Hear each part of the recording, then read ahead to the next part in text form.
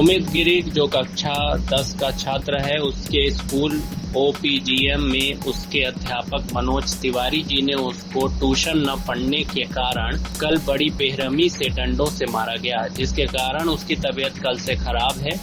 इसकी शिकायत में कल कोतवाली, चंदौसी व स्कूल प्रशासन से भी कर चुका हूं, पर स्कूल प्रशासन ने हमारी कोई बात नहीं सुनी और बिना बात किए हमको 1 घंटा इंतजार करके वापस आना पड़ा। आपसे अनुरोध है कि हमारी शिकायत पर आपकी तरफ से संज्ञान लिया जाए, आपकी महान कृपा होगी। प्रार्थी मनोज गिरी, विष्णु बिहार, मौलागढ़, चंदौसी। जिला रिपोर्टर रघुनाथ कुमार की खास रिपोर्ट।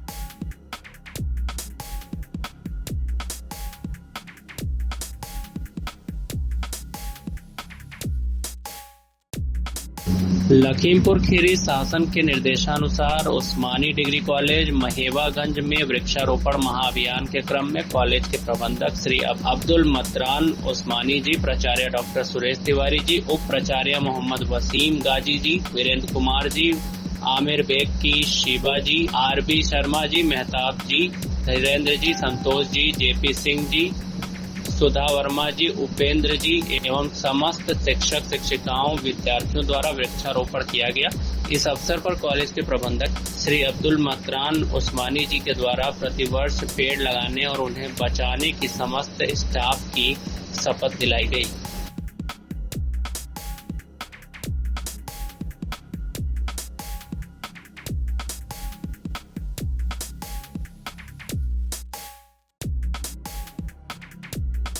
भारतीय ज्ञान परंपरा अति प्राचीन एवं समृद्ध है, जिसकी शुरुआत वैदिक काल में हुई थी। वेद न केवल ज्ञान विज्ञान का भंडार है, बल्कि नैतिकता एवं मानव मूल्यों का आदि एवं विस्तृत स्रोत भी है। भारतीय ज्ञान परंपरा हमें सदाचारी, व्यवहारिक एवं समाजोपयोगी बनाता है। दरभंगा से ब्यूरो चीफ वीरू पासवान की खास रिपोर्ट।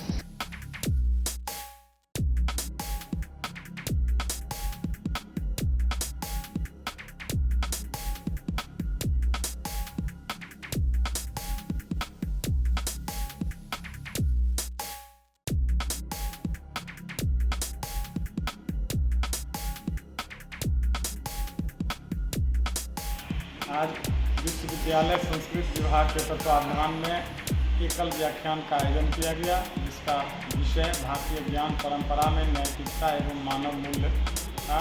दिल्ली विश्वविद्यालय से डॉक्टर राजेंद्र कुमार संस्कृत प्राध्यापक व्याख्यान मुख्य रूप से उनका हुआ। इस कार्यक्रम में विषय प्रवेश कराने के लिए मारवाड़ी महाविद्यालय के संस्कृत विभागाध्यक्ष डॉक्टर विकास सिंह, कार्यक्रम की अध्यक्षता विभागाध्यक्ष डॉक्टर घनश्याम महतो ने की। इस कार्यक्रम में 35 से अधिक छात्र छात्राओं ने भाग लिया और भारतीय ज्ञान परंपरा में नैतिकता का किस रूप में वर्णन मिलता है, मानवीय मूल्यों का वर्णन और उसका हमारे व्यवहारिक जीवन में क्या महत्व है, प्रासंगिकता है, इस विषय पर आज व्याख्यान विस्तृत हुआ। और साथ ही साथ इस कार्यक्रम में शोधार्थी, विद्यार्थी के साथ साथ अन्य व्यक्ति भी उपस्थित थे। विशेष रूप से धन्यवाद ज्ञापन विभागीय प्राध्यापिका डॉक्टर ममता सिंह ने किया। मैं अतिथियों का स्वागत एवं संचालन किया। दीप प्रज्वलन कर इस व्याख्यान का शुभारंभ हुआ और संयोजक के रूप में मैं डॉक्टर RM चौरसिया, संस्कृत प्राध्यापक ललित नारायण मिश्रा विश्वविद्यालय।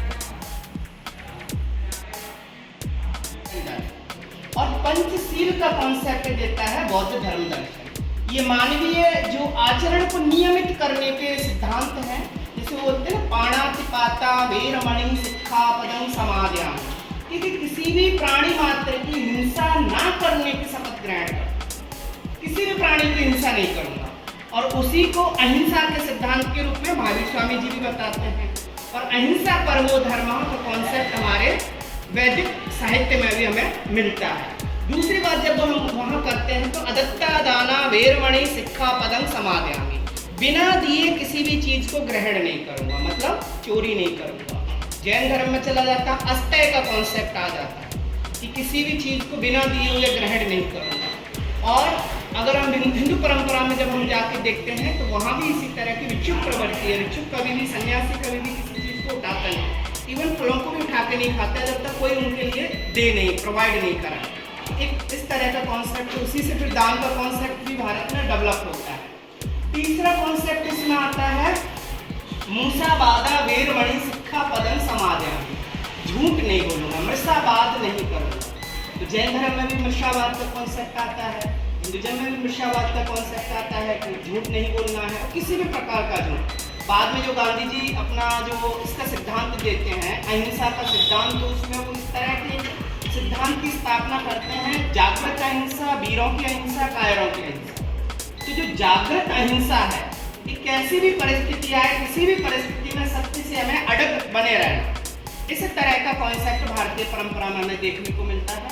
और चौथा जो सील है ब्रह्मचर्य वीरमणि सिक्खापदं समादयामि, मतलब ब्रह्मचर्य से संबंधित है। और ब्रह्मचर्य का कॉन्सेप्ट जैन धर्म में भी है, और इधर हमको साहित्य कुछ इस तरह की चीज नहीं थी कि जिससे हम आने वाली जनरेशन को किस तरह से एक अच्छे मार्ग पर चलाएंगे, उसका उनके पास में कोई ऐसा कोई साहित्य वगैरह नहीं था। किंतु अब क्या है, संस्कृत जो है एक ज्ञान परंपरा जो रही, उसमें एक नया एक आयाम उपस्थित किया गया नीति काव्यों का, कि उनको जो आने वाली जो हमारी पीढ़ी है, अब हमने आज के समय में तो लोगों का निदान हम कर रहे हैं, किंतु भविष्य में जो हमारी पीढ़ी आएगी उसको हमें नैतिकता के मार्ग पर चलाना होगा। तो कैसे चलाएंगे? तो नीति काव्यों का पहल किया गया, नीति काव्यों का विकास किया गया कि नीति काव्यों को लिखा जाए और उनको एक आने वाले समय के लिए तैयार किया जाए कि वो अच्छे मार्ग पर ही चले। ठीक है, अब नीति काव्यों में भी दो प्रकार के हैं। ठीक है, एक नीति शतक है भर्तृहरि का, और एक पंचतंत्र इत्यादि भी नीति काव्य हैं, जिनको हम कहानी के ग्रंथ कहते हैं। अब इन दोनों में क्या डिफरेंस है? नीति काव्य क्या है, वो उन लोगों के लिए है जो कम से कम 12 से 18 साल के बीच में है, वो पढ़ करके उन चीज़ों को समझ सकते हैं। किंतु जो एक 5 से 7 साल का बच्चा है वो उन काव्यों को तो नहीं पढ़ सकता। उनके लिए फिर कहानी के रूप में नैतिकताओं को विकसित किया गया। जो पंचतंत्र और हितोपदेश इत्यादि के जो ग्रंथ हैं वो इसी चीज़ के साक्षी हैं कि, और यही कंसेप्ट आप देखेंगे, यही परंपरा हमारे यहाँ अनेकों काल से चली आ रही। दादी नानी की कहानियों के द्वारा भी हमें नैतिकताएं सिखाई जाती है। बचपन में वो हमें कहानियाँ सुनाते थे, अभी भी वो परंपरा रही है कि नहीं, पर हमने अपनी दादी नानियों से बहुत कहानियाँ सुनी जिसमें वही सच्चाई की जीत होती है। हमेशा सत्य को जो है ऊपर रखा जाता है, वो इसलिए ताकि हमें बच्चों को आगे के लिए प्रेरित करना है कि वो अच्छे मार्ग पर चले। तो इसी रूप में आप देखेंगे कि नैतिकता, अब जो हम सबके सुखी होने की कामना कर रहे हैं, तो इसमें तो सबके लिए बात की गई है। ठीक है, तो फिर वो कहते हैं कि नहीं, इसमें और भी बहुत सारी चीजें मिलती हैं। जब हम यज्ञ याग आदि करते हैं तो वहाँ पर हिंसा की जाती है, कई जगह हिंसात्मक यज्ञों का वर्णन मिलता है। तो हम पूरी तरह से हिंसा का परित्याग करते हैं। जैन और बौद्ध दर्शन पूरी तरह से, धर्म जो है पूरी तरह से हिंसा का परित्याग करता है। यही कारण है कि इसीलिए वो वेद को कभी उसने एक्सेप्ट नहीं किया। तो वो कहते हैं कि इसलिए हम जो है इस वेद को एक्सेप्ट नहीं कर सकते। तो फिर मनु ने उत्तर दिया, ठीक है, आप वेद को मत मानिए, स्मृति को मत मानिए, किंतु इसके बाद और भी बातें कही है, सदाचरण, सदाचार और स्वस्थचर्या। अपने को अच्छा लगे इस तरह का काम जो हमें एक अच्छी फील कराता हो, और दूसरा एक अच्छा आचरण। आप उन दोनों को नहीं ग्रहण कर सकते तो इन दोनों को तो ग्रहण कर ही सकते हैं। ठीक है, तो इस तरह से सोसाइटी में आप देखेंगे, राजनीतिक विज्ञान में भी जाएंगे तो वहाँ भी हमेशा ये डिबेट चलती रहती है कि नैतिकता और कानून में क्या अंतर है।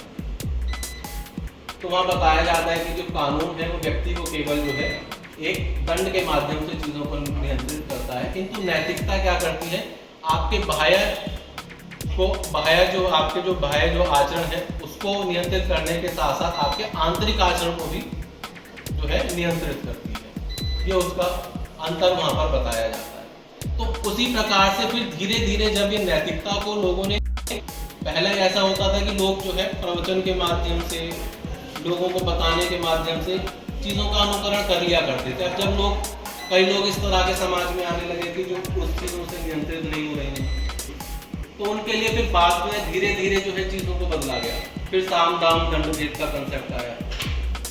कि पहले अगर कोई व्यक्ति सोसाइटी में ऐसा है जो नहीं मान रहा है, लोगों के साथ में अन्याय कर रहा है, तो उसको समझाया जाए, उसको ज्ञान दिया जाए। नहीं मान रहा है तो फिर दाम, उसके लिए फाइन इत्यादि का कंसेप्ट लगाया गया कि उससे दंड वसूला जाए, इससे ज़्यादा हो सके कि वो कार्य ना करे। ठीक है, प्रवृत्त नहीं हो पाता हूँ और अधर्म को जानती हो भी उसमें से निकल नहीं पाता हूँ। तो इस ऊहापोह में, धर्म और अधर्म के ऊहापोह में ही मानव जीवन गुजर जाता है।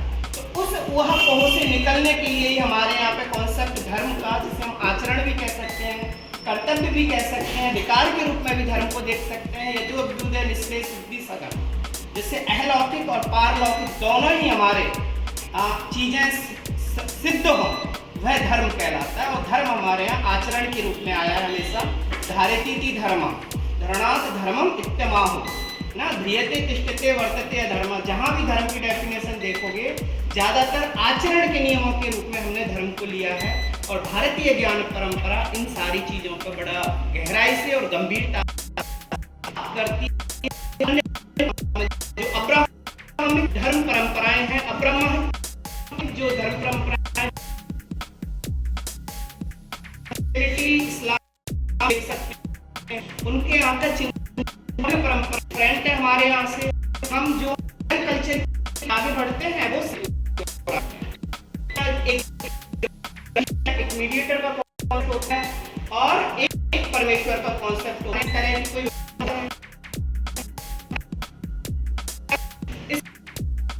कीजिए चीजें हमारे यहाँ जब आप पढ़ोगे तस्मै देवाय अवस्था, आपके पास इतना एक स्पेस खोला हुआ भारतीय ऋषि परंपराओं ने या ज्ञान परंपरा कि आप इंटरप्रेट कर सकते हो जिस तरह से।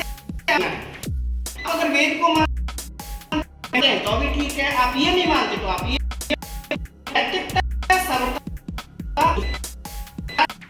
सब में इवन 4 वाक्य बाम सभी वो 4 बोलता है।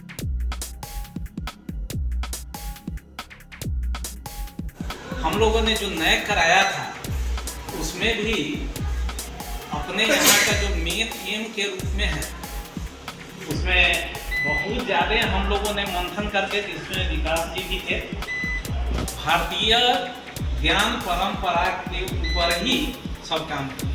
उसी को एक उद्देश्य मान करके हम लोग चले। आप कहीं भी चले जाइए, कहा जाता है ना, लाख चिड़िया उड़ाया घास फिर करे धरती के रास। व्यक्ति जो है उसका, उसमें यदि नैतिकता नहीं हो तो वास्तव में वह व्यक्ति नहीं है, अन्य पशु की तरह है। तभी तो व्यक्ति को क्या कहा गया, मनुष्य को मैं नहीं शोषण नहीं है ना, उसमें प्राणी के रूप में ही कहा गया है, उसमें इतर नहीं कहा गया है। लेकिन उसको अन्य पशु से, अन्य प्राणी से अलग कौन कराता है?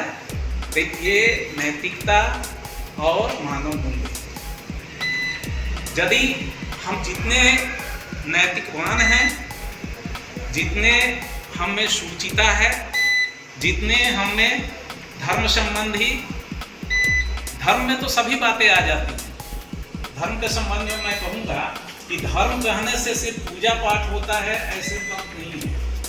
धर्म का मतलब है जिसको कि हम धारण किए, उसका एक अंश होता है पूजा पाठ का। जैसे यहाँ पर हम सब पढ़ने आते हैं, ये हमारा धर्म है। किसान लोग खेती करते हैं, उनका वह धर्म।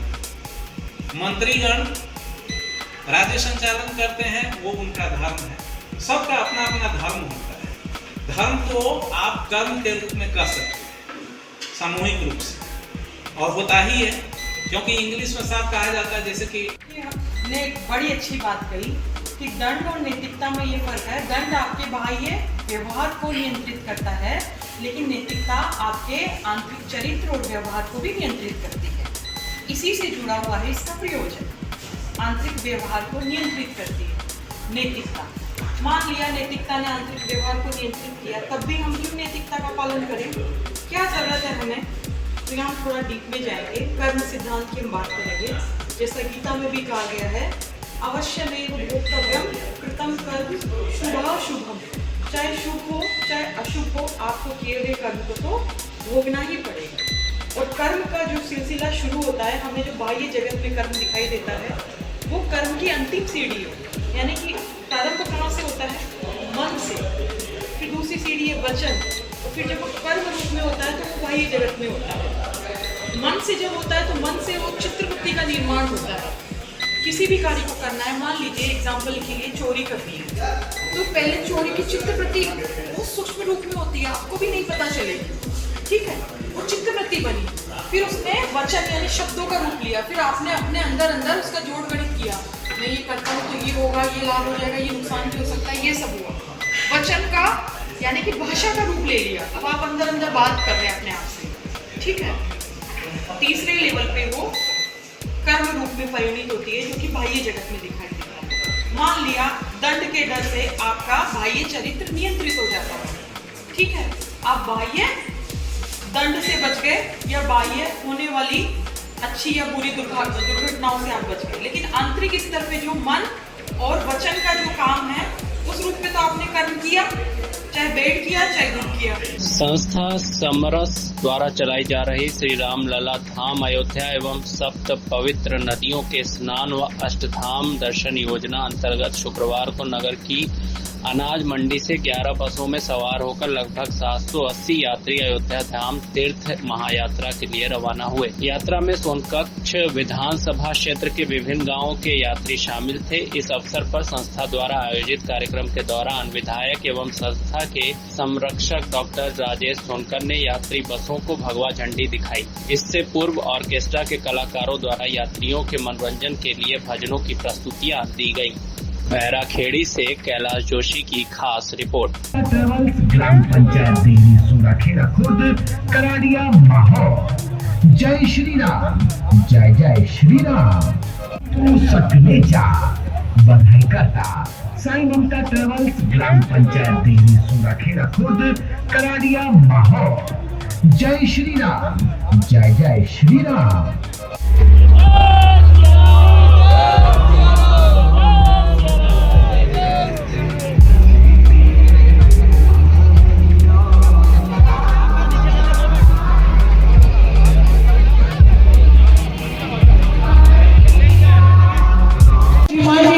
विधायक महोदय, इनकी राम राम कौन कहेगा?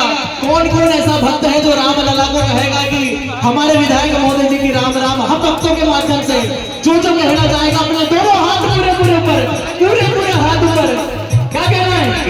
केसरी के नाम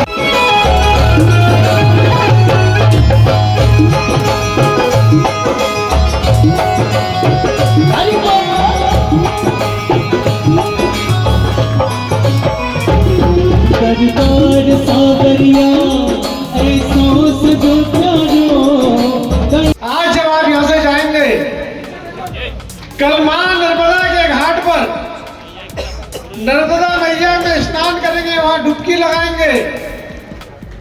उसके बाद फिर मां शारदा भवानी का मैहर की पहाड़ियों पे जाकर दर्शन करेंगे। मां आपको अपना आशीर्वाद देंगी।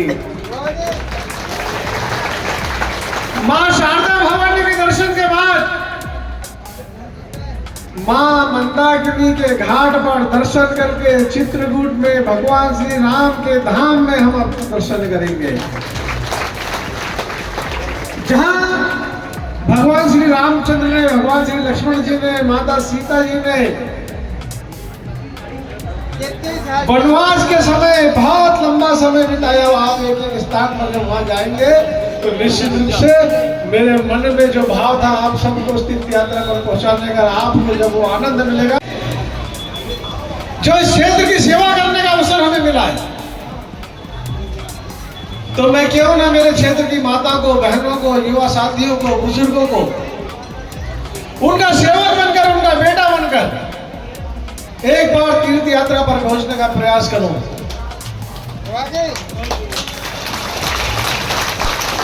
भगवान श्री राम जिनके मंदिर में 550 साल तक आने का हमने इंतजार किया कि भगवान श्री राम कब उनके मंदिर में आएंगे, कब अयोध्या में स्थापित होंगे, और आज वो सब सौभाग्य हमको मिला इस देश के माननीय प्रधानमंत्री नरेंद्र मोदी जी के कारण कि आज भगवान श्री राम लला 550 साल बाद अयोध्या में विराजमान हुए हैं और उनके दर्शन करने के लिए आप सब जा रहे हैं। भगवान श्री राम लला के दर्शन के बाद हमारी यात्रा का अंतिम पड़ाव होगा माँ छिपरा के घाट पे बाबा महाकाल के दर्शन के साथ। आप सबको बहुत बहुत शुभकामनाएं देता हूँ। अपने आप को बहुत सौभाग्यशाली समझता हूँ। मैं कहता हूँ जब भी कि मुझे सोनकच्छ विधानसभा क्षेत्र का सेवा करने का अवसर मिला, यह सोनकच्छ विधानसभा अपने आप में एक तीर्थ से कम नहीं है। जहाँ भी जाए हम, कोटेश्वर हो, हमारे मैं तो समझता हूँ पिपलेश्वर हो, हमारे भूतेश्वर हो, हमारे गुप्तेश्वर हो, हमारे जितने भी मंदिर यहाँ पर हैं, प्राचीन मंदिर हैं, एक एक मंदिर का पुराना इतिहास है। पांडव काल गुप्तेश्वर, झरनेश्वर, पांडव काल के मंदिर यहाँ पर है।